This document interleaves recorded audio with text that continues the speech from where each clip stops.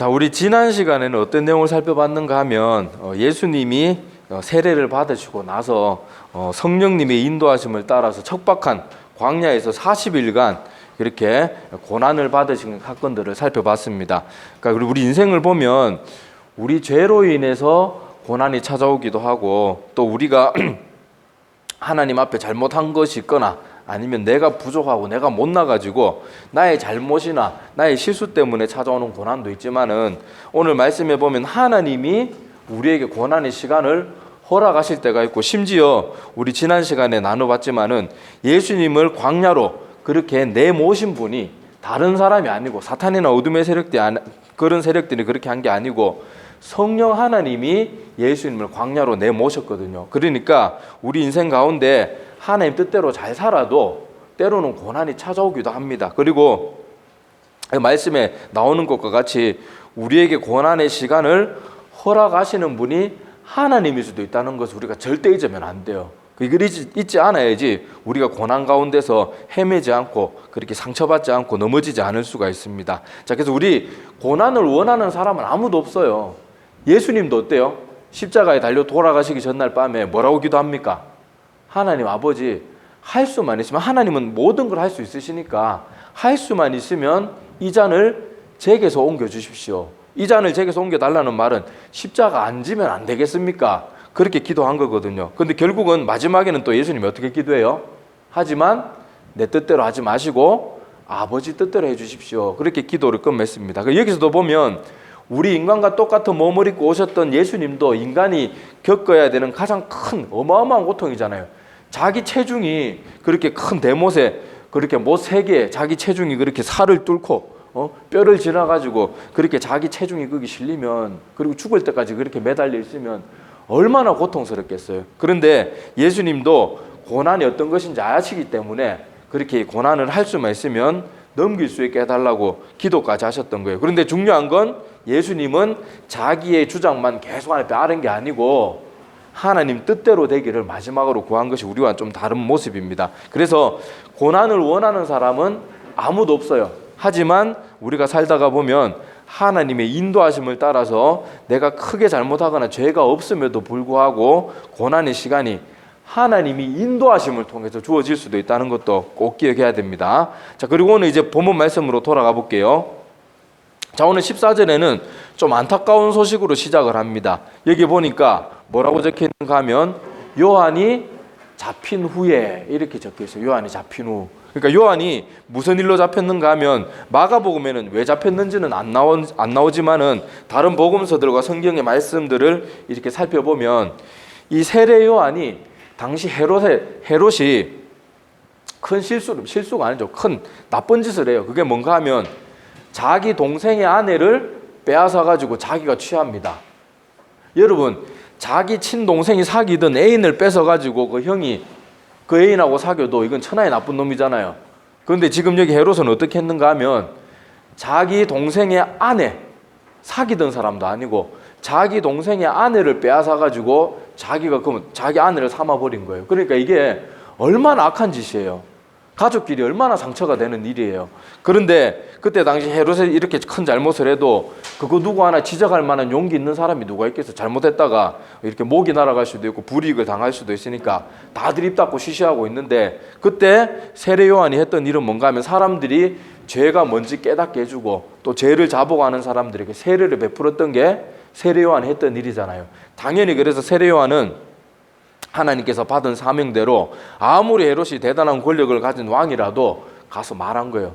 당신 이렇게 당신 동생의 아내를 빼앗아서 그렇게 결혼한 건 잘못되었습니다. 그렇게 말하니까 그러면 깨닫고 아유 내가 잘못했구나 이러면 되는데, 오히려 어떻게 했어요? 오늘 말씀이 기록된 것처럼 요한을 잡아서 옥에 가둬버립니다. 자, 그래서 여기 요한이 잡힌 후 이렇게 나오는 그 이유가 바로 요한이 잘못됐던 걸 잘못됐다고 말하니까 이런 일이 벌어져요. 자, 그럼 우리가 이런 부분들을 보면 하나님이 세례 요한이 그렇게 열심히 한 번도 그렇게 어려서부터 막 그렇게 광야에서 살면서 하나님 뜻대로 열심히 살고 한 번도 자기가 뭐 사람들이 알아준다고 해도 자기의 뭐 능력을 뽐낸 적도 없고 하나님 뜻대로 열심히 살았는데 왜 하나님이 저는 세례 요한을 지켜주지 않을까? 이런 생각이 들 수 있는데, 여러분 성경에 보면요, 이런 사람이 한둘이 아니에요. 다윗도 뭐 크게 잘못해가지고 이렇게 고난받은 거 아니잖아요. 그렇게 다윗도 그랬고 수많은 믿음의 선배들이 크게 하나님이 지켜주셔야 되는데 왜 안 지켜주실까, 이런 생각도 우리가 자꾸 하게 되는데, 우리가 이런 생각들을 자꾸 하게 되는 이유가 뭔가 하면, 우리의 신앙이 성경 말씀으로부터 시작돼야 되는데 성경 말씀으로부터 시작된 게 아니고 대부분은 사람들이 우리에게 들려준 말들로부터 우리의 신앙이 시작되다가 보니까 믿음의 사람들이 고난받으면 자꾸 잘 이해가 안 되는 거예요. 왜 하나님이 왜 그러지? 왜 그러지? 그렇게 하는데, 자 여러분, 그런데 우리가 만약에 하나님에 대해서 다른 뭐 사전 지식이 아무것도 없고 사람들이 전해준 그 어떤 말도 없고 우리가 성경 한번 쭉 읽고 하나님을 알게 되었다 그러면 믿음의 사람이 고난받는 거에 대해서 의아하게 생각하지 않을 거예요. 믿음의 사람들 거의 대부분은 거의 예외가 없어요. 거의 예외가 없고 대부분의 사람들은 혹독한 시간들을 버텨냅니다. 그러고는 훌륭한 믿음의 사람들이 되었기 때문에 믿음의 사람들도 다 고난은 많이 겪게 되는구나, 그래 받아들일 텐데, 우리가 계속 들은 내용은 뭔가 하면 말씀에 기반한 내용이 아니라 사람들 입에서 나온 것이 마치 진리인 것처럼 듣다가 보니까 하나님 잘 믿으면 고난이 없어야 되고, 하나님 잘 믿으면 고난이 오려고 폼 잡다가도 다 고난은 사라져 버려야 되고, 우리 마음에 근심 걱정도 하나님 믿는 순간 다 사라져 버려야 되고 그런 식으로 자꾸 우리가 믿음을 생각하다가 보니까 그렇게 이런 잘못된 생각들이 자꾸 우리 마음을 지배하게 되는 거예요. 자, 근데 과거 우리나라에 들어왔던 우리 믿음의 선배들이 받아들였던 그런 믿음의 모습은 그렇지 않았습니다. 우리나라는 특이하게도요, 교회 역사 속에서 선교사님들이 먼저 와서 복음을 막 전해준 나라가 아니고요, 선교사님들보다 성경 말씀이 먼저 들어온 나라예요. 우리는 희한해요. 교회 역사 보면은 선교사님들이 당시 우리나라에 들어오면 그냥 토마스 선교사처럼 오자마자 그냥 목 쳐서 죽여버리고 이러니까 선교사님들이 먼저 들어온 게 아니고 성경 말씀이 먼저 들어와요. 그래서 초창기 언더우드 선교사님이나 이런 초창기에 활동했던 선교사님들이 이런 말을 한 적이 있어요. 우리가 한국에 복음을 전하러 왔는데 막상 이 땅에 와 보니까 우리는 추수하기 바쁘다. 그러니까 사람들이 물론 하나님 말씀 모르는 사람들도 많았는데 이미 그때 당시 이렇게 성경 전체를 잘 받아들이지 못했지만은 쪽복음 그러면서 마가복음, 누가복음 이렇게 단편적인 성경이 번역된 그 성경책들을 가지고 그거 읽으면서 믿음이 생긴 사람들이 있거든요. 그러니까 선교사님들이 말씀 전하면 아는 거예요, 복음에 대해서. 그러니까 선교사님들이 오자마자 막 세례를 베풀고 막 그렇게 한 거예요. 그러니까 정말 이상한 나라다. 우리는 복음 전하러 왔는데 지금 세례 주고 지금 우리 추수하게 되는 그런 나라다. 그렇게 했던 나라인데, 자, 그렇기 때문에 우리 믿음의 선배들은요, 하나님 믿으면 고난받는 걸 당연하게 생각했어요. 고난받으면 이상하게 생각한 게 아니고 하나님 믿으면 고난받는 걸 당연하게 여겼어요. 그러니까 당시 여러분 우리 유교 사상이 강한 우리나라에서 예수님 믿으면 보통 어떤 취급받았습니까? 야, 너 좋은 신을 믿는구나, 이렇게 사람들이 인정해 준 게 아니잖아요.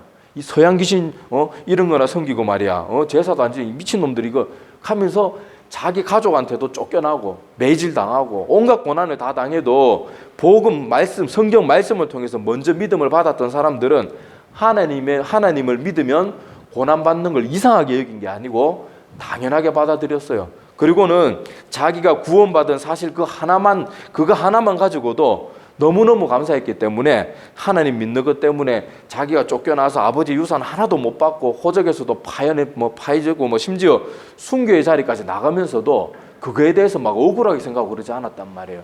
근데 지금은 우리는 말씀이 성경에 기록된 대로의 믿음보다는 자꾸 사람들이 전해준 말, 우리 귀에 듣기 좋은 전해준 그 말들만 듣다가 보니까 하나님 믿다가 조금만 어려움 찾아오고 안 지켜주는 것 같으면 자꾸 헷갈리는 거야. 하나님 왜 저에게 자꾸 이런 시간을 허락합니까? 막 그래서 자꾸 원망하는데, 자, 우리 믿음의 조상들은 하나님 믿고 내일이 잘 풀리든 잘 풀리지 않든, 그리고 하나님 믿는 것 때문에 오히려 옛날보다 받지 않아도 될 고난 받아도 그런 거에 대해서 막 원망 불평하고 이상하게 생각하고 그랬지 않았던 것을 우리가 꼭 기억해야 됩니다. 근데 지금 이 시대는 세상적인 축복을 믿음과 동일시해요. 세상적인 축복 그래프로 하면 정비례예요, 정비례. 세상적인 복을 많이 받으면 저 사람 믿음 좋은 사람, 저 사람은 겉으로는 믿음 좋은 것 같은데 계속 가난하게 살고 일이 안 풀리면 저 사람은 믿음 없는 사람, 불신앙의 사람, 이런 식으로 모든 걸 세상의 복의 분량 가지고 사람들의 믿음을 자기도 모르는 사이 그렇게 판단해요. 남도 그렇게 판단하고 자기 자신도 그렇게 판단하고 있는데 잘 몰라요. 그게 우리가 하나님의 말씀에서 시작하지 않고 사람들이 들려준 말들로부터 우리의 믿음이 시작되다가 보니까 그런 일들에 자꾸 우리가 헷갈려하고 어려워하고 잘 이해하지 못하고 또 나도 모르게 정죄하고 또 내가 감사해야 될 입장에 처했는데 감사는 못하고 오히려 하나님께 원망하고 불평하고 그러는 일들이 말씀이 아닌 그럴듯한 말씀과 비슷한 사람이 준 가르침에 빠져있기 때문에 그래요. 지금 이 시대에는 율법주의가 지금 위험한 게 아니고 이런 사람의 가르침, 성경 말씀인 것 같은데 사람들 귀에 듣기 좋은 말만 해주는 그런 것에 우리가 마음이 빼앗기다가 보니까 자꾸 헷갈리게 됩니다. 자, 그래서 오늘 다시 세례 요한의 모습으로 한번 돌아가 보세요. 세례 요한은요, 아까도 말했다시피 한평생 그 척박한 광야에서 그렇게 옷도 제대로 갖춰 입지도 못하고 얼마든지 그 제사장의 아들이라 가지고 아버지 제사장을 계속 물려받았잖아요. 얼마든지 제사장이 되어가지고 떵떵거리면서 살고 또 이스라엘 백성들로부터 존경받으면서 살 수 있었는데 세례 요한은 광야에서 살고 메뚜기와 석청을 먹으면서 살고 사람들한테 때로 바리새인들과 이런 사람들한테 말도 안 되는 소리 들어가면서 마음 아픈 소리 들어가면서 그럼에도 불구하고 한 번도 자기의 유익을 구한 적이 없어요. 오히려 사람들이 세례 요한에게 몰려오면 뭐라고 말했어요? 내 뒤에 오실 분이 진짜다. 나는 그분 신발끈 풀을 자격도 없는 사람이다. 그러니까 너희는 나한테 주목하지 말고 내 뒤에 오실 성령으로 세례를 베풀 그분을 너희들이 관심을 가져야 된다. 한 번도 자기의 유익을 구하지 않고 그렇게 열심히 최선을 다했는데 여러분 세례 요한에게 지금 어떤 결과가 왔어요? 옥에 갇히는 거잖아요. 그것도 잘못하고 갇힌 게 아니고 바른 말 했다고. 그러니까 우리가 이런 모습들을 보면서 우리도 세례 요한이 아무것도 잘못한 게 없고 열심히 하나님의 뜻만 따랐는데 이런 문제들이 생기는 걸 눈여겨봐야 됩니다. 하나님이 우리 인간을 다루시는 방법, 모든 방법을 우리가 100% 다 이해 못해요. 그리고 하나님이 다 설명해줘도 시간과 공간과 그런 제약에 갇혀있고 또 우리는 미래에 살아볼 수 없는 존재들이잖아요. 현재를 살아갈 수밖에 없는 우리들은 그 미래까지 다 보고 계시는 하나님이 하시는 일을 도저히 우리 머리로 다 이해할 수가 없단 말이에요.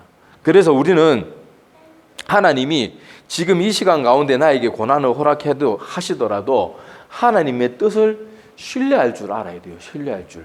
그게 믿음이거든요. 아이고 하나님이 나한테 잘해줄 때만 그렇게 하는 게 아니고 하나님은 이 천지 만물을 모든 것을 내 뜻이 아니고 우리 뜻이 아니고 하나님이 사랑하는 백성들의 뜻이 아니고 하나님 아버지 뜻대로 다스리신 분이에요. 우리보다 더 지각이 뛰어난 거 하나님께서. 그래서 이사야 45장 7절에 보면 이런 말이 있습니다. 자, 이사야 45장 7절인데 제가 읽어드릴게요.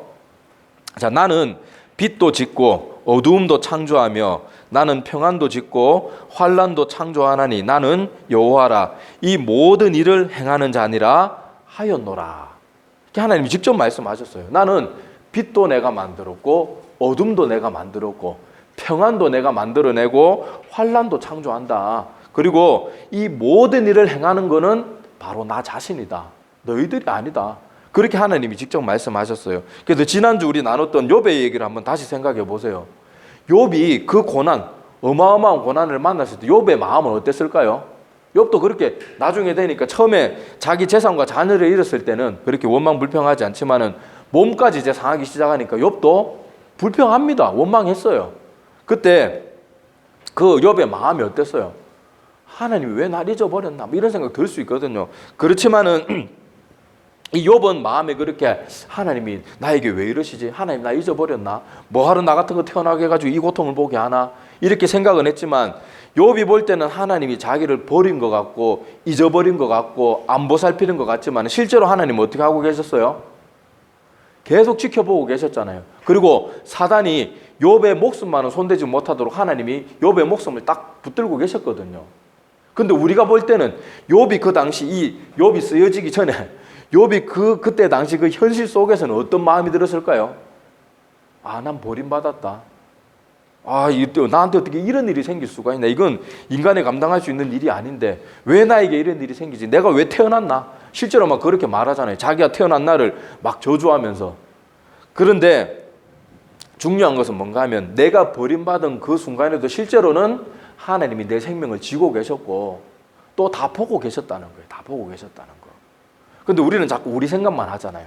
근데 욥이 하나 잘한 게 뭔가 하면 욥도 처음에는 재산과 자녀까지 다 잃어도 주신 자도 여호와시오, 뭐 취하신 자도 여호와시니 뭐 하나님의 이름이 영광 받으실지로다, 막 이렇게까지 말하면서 믿음의 고백을 했지만 자기 육신까지 엉망진창이 될 때는 욥도 불평했지만은 불평하면서도 하나님을 떠나진 않아요. 하나님이 나를 정금같이 단련하실 거다. 그리고 하나님이 내가 지금 당한 이 모든 고난을 하나님 언젠가는 회복시켜 줄 거다. 나를 신원해 주실 거다. 불평하고 인간이기 때문에 불평 안 해야 되지만 이런 고난 닥치면 불평 안 할 사람이 어디 있겠어요. 하면서도 욥은 그 모든 고난 앞에서 절대로 하나님을 떠나지는 않습니다.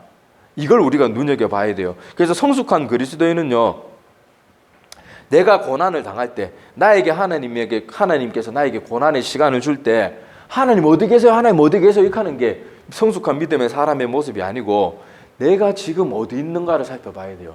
고난 때문에 내가 지금 하나님 곁을 떠나 있나? 아니면 고난 가운데서도 하나님 앞에 내가 그대로 머물러 있나?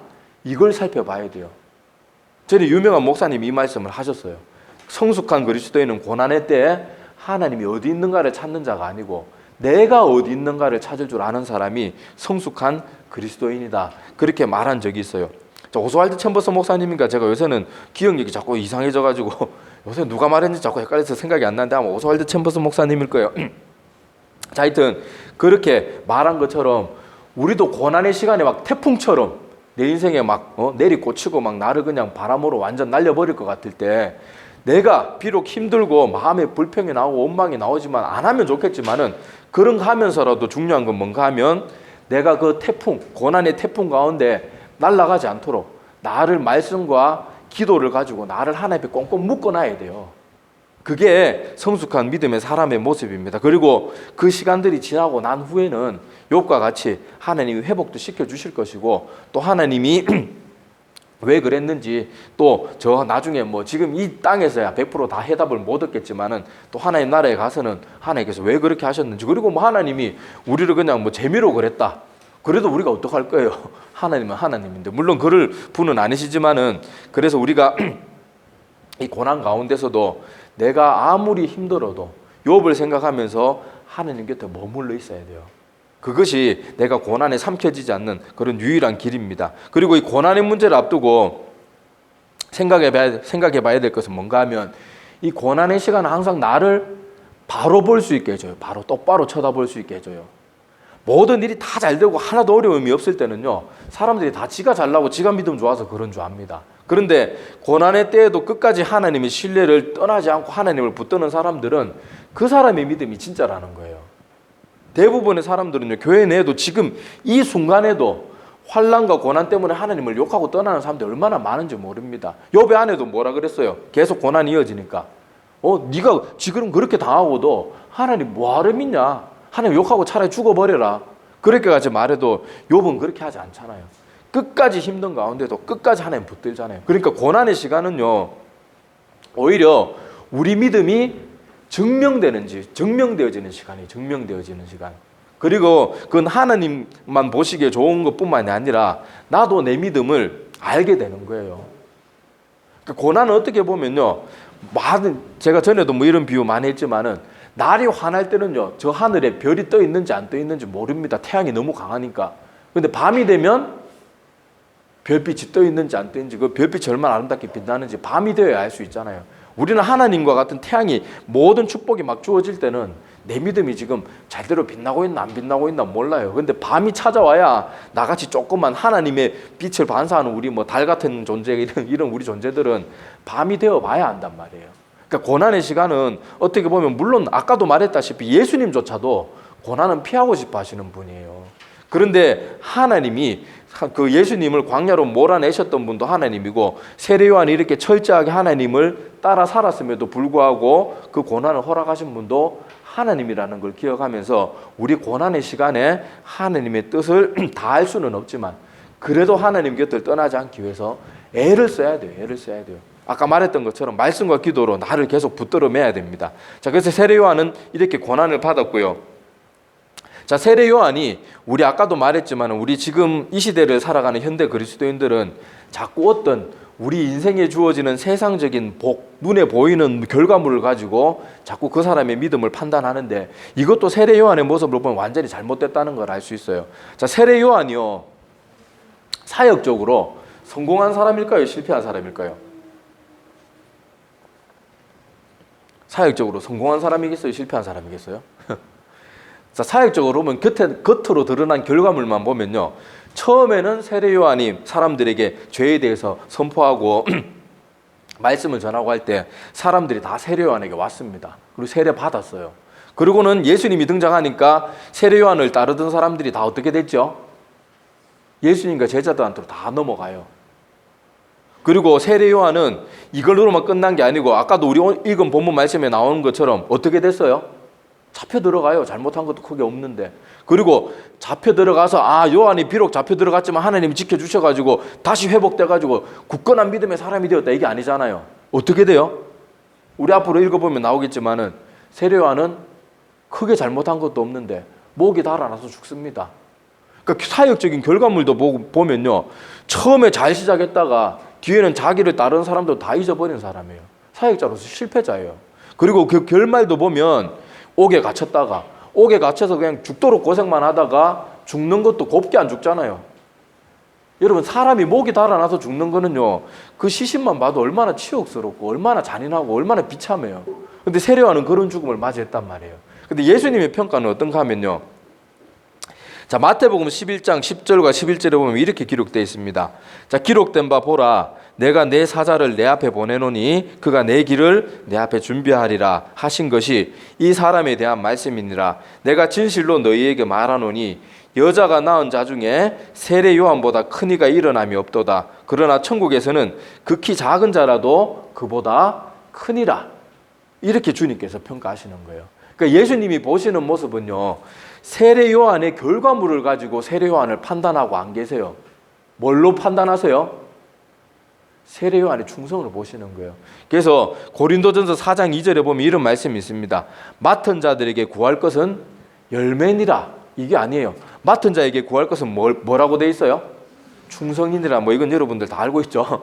주님께서 우리에게 어떤 사명을 맡기고 우리 인생 가운데 각자에게 주신 크고 작은 사명들이 있어요. 내가 깨닫지 못하는 사명들도 있을 수 있고 한데, 중요한 건 하나님이 나를 이 땅에 하나님의 백성으로 부르셨을 때 하나님이 나에게 원하는 것은 열매가 아닌 결과물이 아니에요. 결과물이. 나에게 원하는 건 뭐예요? 하나님이 주신 그 사명을 가지고 충성했냐 안 했냐를 보는 거예요. 결과물을 보는 게 아니고. 결과물로 따지면 세례 요한은 완전히 실패한 사람이죠. 지목 하나도 건사하지 못하고 자기 밑에 따르던 사람들 더 부흥시켜야 되는데, 부흥은 그냥 지금 다른 사람한테 다 뺏기고, 이게 무슨 사역자예요, 이게. 세상적으로 보면. 그런데 예수님은 세례 요한보다, 이 땅에 여자의 몸에서 태어난 사람 중에 세례 요한보다 큰 사람이 없대요.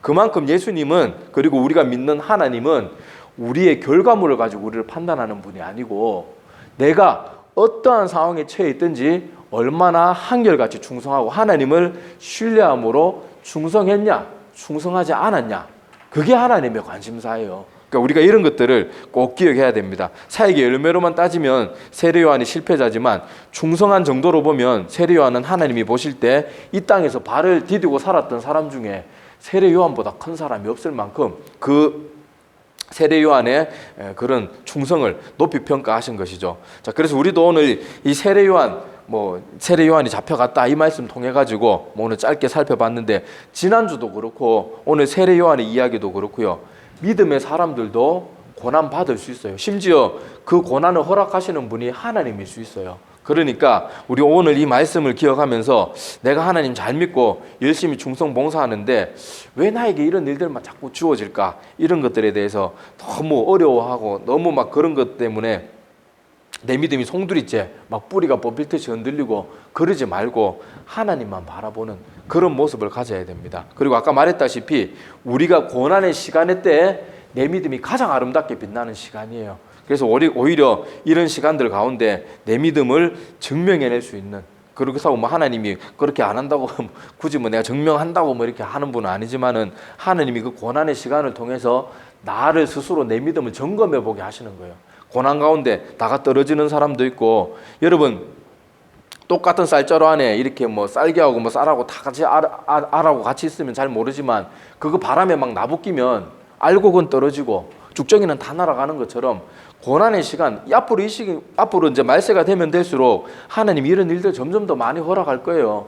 근데 그때 우리가 세례 요한도 생각하고 예수님도 생각하고 우리 믿음의 여러 선배들이 받았던 고난들 생각하면서 고난에게 지는 것이 아니라 고난이 있을지라도 이겨내고 하나님 곁에서 떠나지 않는 그런 우리들이 되었으면 좋겠습니다. 그래서 우리도 다른 사람들을 볼 때나 나 자신을 볼 때나 자신을 한번 판단할 때 지금 내가 나를 판단하고 있는 모습이 하나님이 보시는 판단하고 같은 모습으로 보려고 하고 있나, 아니면은 세상 사람들이 우리에게 심어준 그 가치관대로 남도 판단하고 내 자신도 판단하고 있나 한번 살펴볼 필요가 있어요. 그리고 지금 나는 누구의 판단 때문에 내 믿음이 좌지우지되고 내 기분이 좌지우지되고 도대체 누구의 판단 때문에 이렇게 되고 있는지도 가만히 살펴봐야 돼요.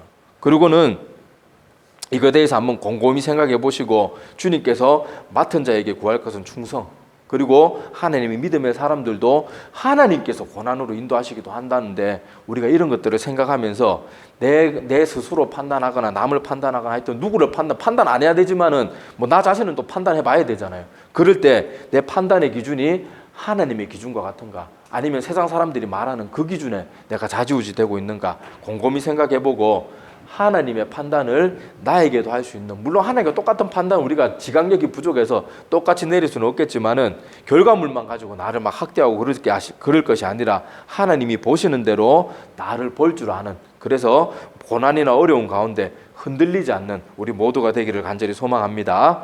기도드리겠습니다.